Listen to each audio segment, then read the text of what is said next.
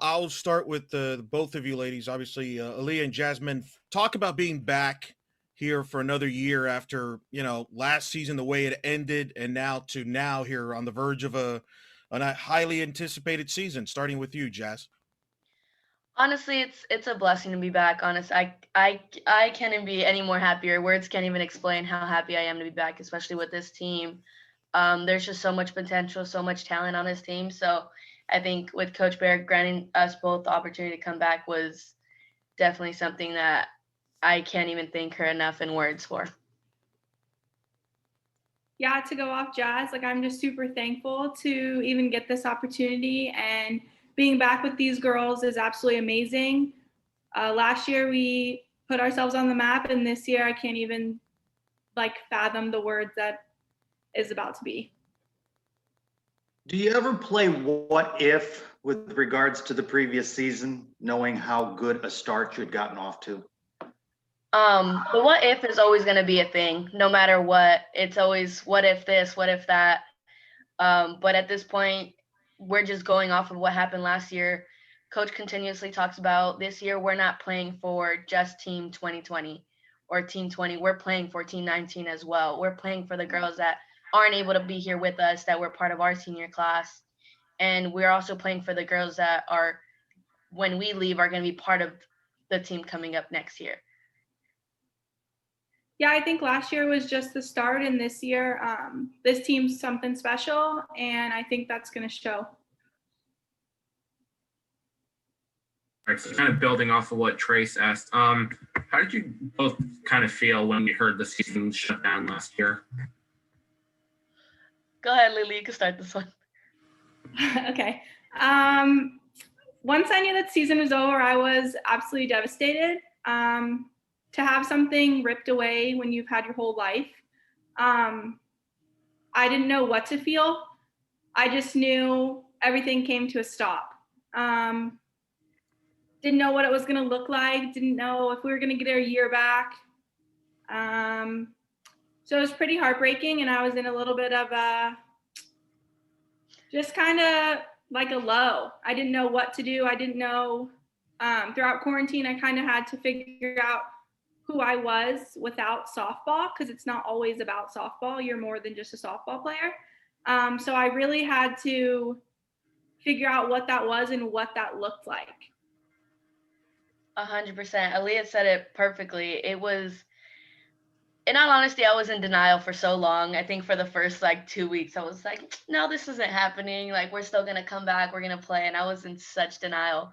And I think that was the hardest part, is just trying to figure out how to believe your season really just ended so abruptly, randomly. And it was hard for a while. I think for the first at least month, trying to figure out all right, I'm supposed to be playing right now. This is not where I'm supposed to be. I'm not supposed to be home yet. Why am I here? Type of thing.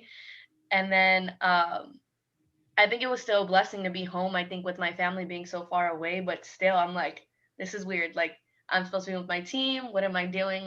Who am I without softball? And just like Alea said, it's it kind of took me a little while to figure out okay, I'm not just a softball player. I have more to myself. So it's that's what kind of quarantine did for me, is to figure out what else I can do other than play softball. Alea, what has Coach Kendrick Kierhoff and Coach Bear, Coach Ball Malone done for you as far as working with the pitching staff and working with you personally? And then Jazz, what has Tiffany Jordan meant to you and the team as far as defensively and just the approach that she has in her philosophy with defensively? Starting with you, Alea, on Kendra and Sydney, and then Jazz, I want you to talk about Tiffany. Yeah, our coaches are absolutely amazing. Coach Kendra and Coach Bear help us in the bullpen. They help us through our difficult days and our good days. They've led us through some tough times, but they definitely keep us close and connected as a pitching staff. And I'm just so thankful to play for them.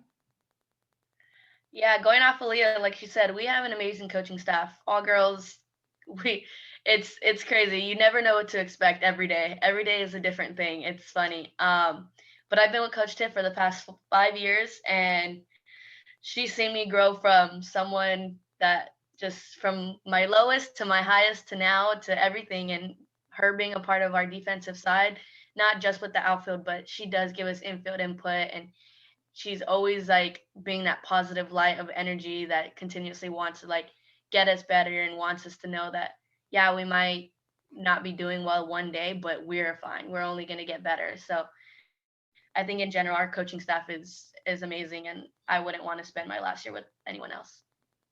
I want to go back to something. You both expressed gratitude about having another season to play. Athletes extended that eligibility. Some have pursued professional careers. Others have graduated, gone into their chosen career.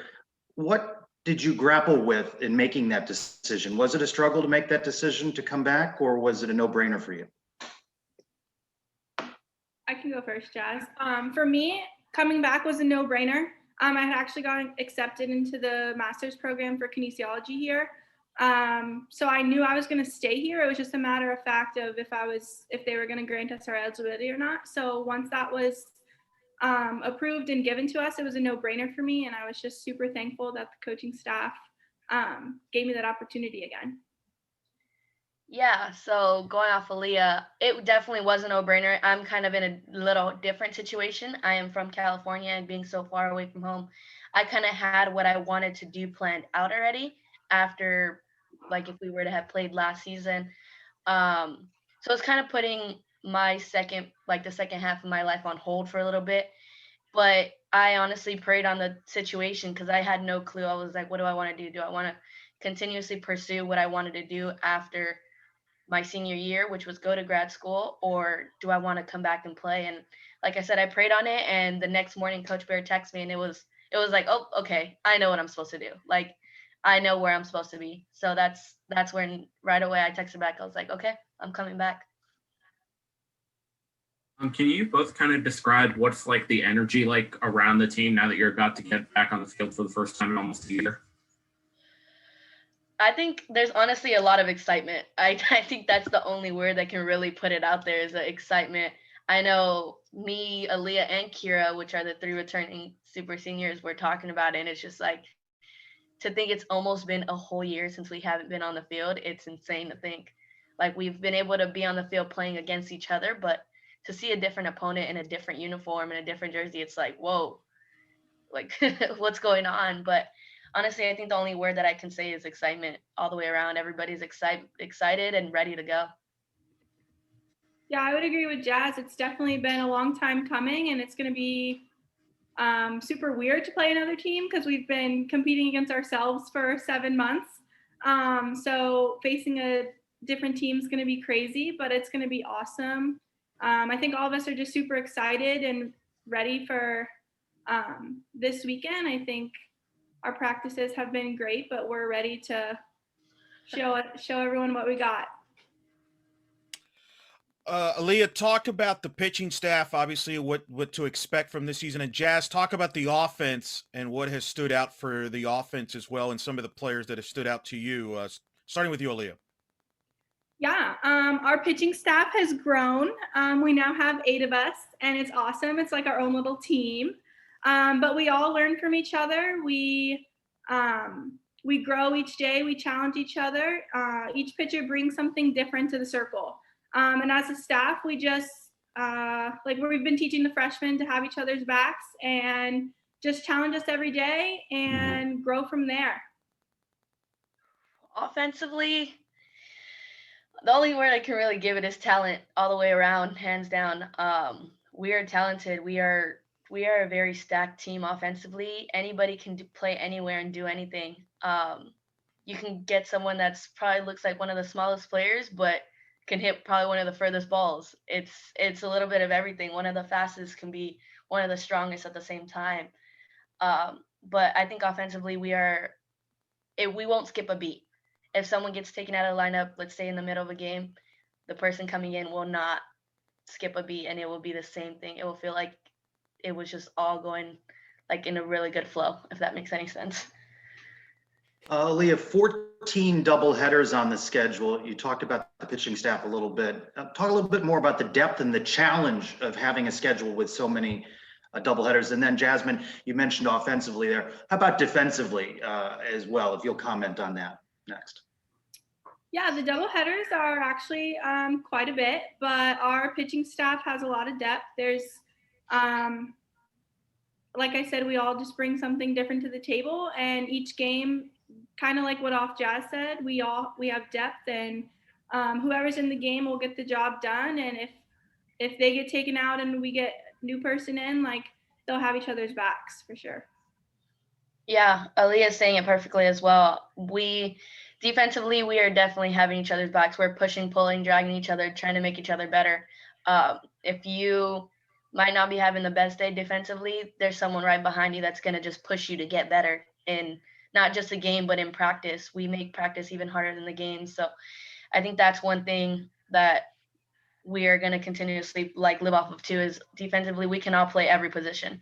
We can have someone that plays shortstop come out of nowhere and play first base, or vice versa. It's things like that. Like, we're very versatile defensively.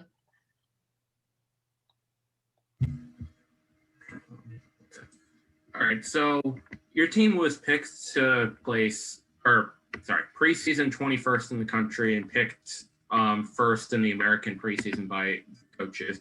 Do you feel like that's kind of indicative of the talent and potential of this team?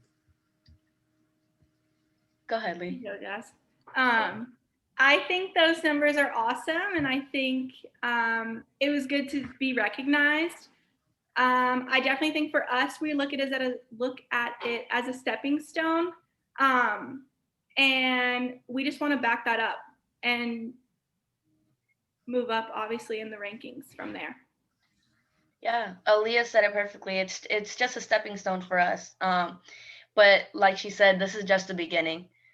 Yeah, it was amazing to get recognized. It's our names out there, and that's what we planned to do last year. Last year's team was, let's put our name out there, and we did that. And this year's team and teams after us we're just gonna make it even better. And like, that's one thing, is it's just the beginning. I'm excited. Describe the two of you. Obviously, Kira Clarkowski, you mentioned that's the other senior coming back. Aubrey Johnson was the other senior. She didn't return. She's got grad school somewhere else. But describe the journey for all of you. You came in together, the ups and downs to the present there. And I don't know if you have any stories when you all met together there, starting with you, Jazz. Oh, wow. I honestly think we've grown a lot. From our freshman year. I don't even think I can talk about a freshman year like it was yesterday. It's just amazing. It's crazy how much we've grown, and I think we just make each other better. And we've built, between the three of us, I think we've built such a big trust that no matter what happens, we will have each other's back. And we decided, hey, we came in together. We are all definitely leaving together.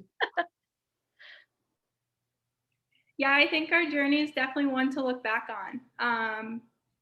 I think the three of us have seen it all. I think our freshman year, we didn't think we were gonna have a new coaching staff, have a pandemic in the way. I don't think we really thought about that. We were just like, oh, awesome. Like, let's go live the best 4 years of our lives. And, but good to go Off Jazz. I think we've definitely grown. And I definitely think that we are not only softball players, but we've become even better women and even better friends. If you had that 30-second elevator speech with someone who has not seen a game in person or hasn't had an opportunity to watch it on TV, what would be the identity of this program that you would share that would get someone to tune in or come out to the stadium? Jazmine's You got that one. You got that one, Lee? No, that's you. All right. A 30-second elevator speech. Honestly, I would say one thing that we've came up with is UCF, united, confident, and fearless. And DNA, different, noticeable, and appealing. Those are in total 6 different things that we continuously live off of. Is we want to be different. No matter what it is, our culture is different, our dynamic is different, and we want to be noticeable. And like I said, we're going to put ourselves on the map. We're going to make sure that people know who we are, and we're going to be appealing. We're going to get people interested to know what type of program we've built and how far we've come. She nailed it. Any more questions, guys? Yeah, I got a couple. My thoughts are, first of all, Jazmine and Alea. Talk about what the number 7 means to you. You wear number 7, and Alea, you wear 27. Number 7, it's honestly been a number that I've had since I was young. It's kind of more of like it ran through the family. My aunt had it, my uncle had it. My dad honestly had 13, which was kind of weird. I don't know how I got 7, but lucky number 7 has always been my number, and that's kind of what it is. Nothing crazy. I wear 27, probably a little different. It's pretty personal for me and my family. I was born as a micro preemie, so I was on life support for 27 days before I could actually breathe on my own. And I was in the NICU for 3 months. I was born at 1.5 pounds. Good. That's a good story there. What do personal records mean to you? I mean, Alea, you're moving up here. You're likely to be all-time wins later. I mean, when you look at those personal statistics, I know it's a team game, but you take pride in that, or it's not that important to you? If I'm being honest, I really don't try and think about them. I just love to be out there with the girls and love to be able to compete with them each and every day, because without them, I wouldn't be where I'm at today. I wouldn't be able to even get those honors without them. So I know that I'm just super thankful for the opportunity I get to be with them and play each game from there. Yeah, going off Alea, that's kind of the same way. It's kind of playing for the girls to the side of us. Honestly, I think I'm more excited for Alea to get her record than she is. I already told her, I said, when that record hits, I'm going crazy. But that's because I think I've seen, like we said, we've been together for 5 years, and it's one thing that I know she's been working towards, and for her to achieve such a huge goal is incredible. Last one from me. What's going to be the keys for you? You know, the high expectations there. There's a target on your back. What's the keys for you all to be successful this year and accomplish your internal goals, starting with you, Jazz? I think some of the keys for us would definitely be just communication, constantly communicating with each other, making sure that we have that trust, have that unification between each other, and not really take anything for granted. Live every day, like every game, play every second. Like, we don't know what's going to happen. We don't know who's going to be playing, type of thing. So it's just living in the moment and understanding that for us, yes, it's our last season, but we don't want, like, take it as a privilege type of thing, if that makes sense. Yeah, I think one of the main keys for us is just trust, like trust in each other, trust in the process with everything, with COVID, if we're going to play games, if we're not going to play games, what that looks like. So just trust in each other and play our game and stick to what we know how to do. And I think if we focus on our plan and what we've been set out to do, then I think we play game by game.